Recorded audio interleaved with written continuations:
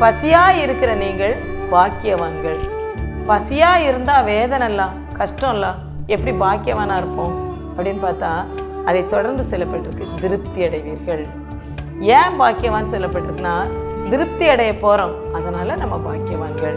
பசியாக இருக்கிறவங்கன்னா நம்ம சாப்பிட்ற வயிறு நிறைய பசி தான் நம்ம நினைப்போம்.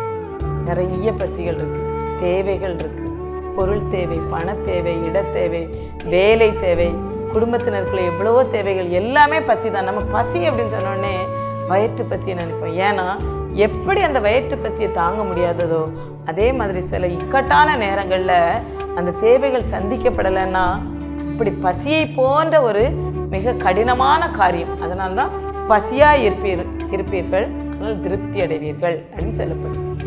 எப்போ நாம் திருப்தி அடைவோம்? அப்போ எப்போ நம்ம திருப்தி ஆகும் அப்படின்னா கர்த்தரை தேடும்போது நம்ம திருப்தி ஆகும். எப்போ கர்த்தரை தேடுவோம் அப்படின்னா பசியாக இருக்கும்போது. அதனால தான் பாக்கியவான்கள் முதலே சொல்லப்படும். பசியாக இருக்கும்போது நம்ம கர்த்தரை தேடுவோம், தேடுறதுனால நம்ம பாக்கியவான்கள், அதனால நம்ம திருப்தி அடைகிறோம். அப்போது திருப்தி அடையணும் அப்படின்னா குறைவுபடக்கூடாது, எல்லாம் நிறைவாக இருக்க வேண்டும். நிறைவாக இருந்தால் மட்டும்தான் அது திருப்தி. அப்போது பசியாக இருக்கிற நீங்கள் பாக்கியவான்கள், திருப்தி அடைவீர்கள் என்று சொல்லப்பட்ட வேத வசனம் சங்கீதத்தில் அது நிறைவடைகிறது.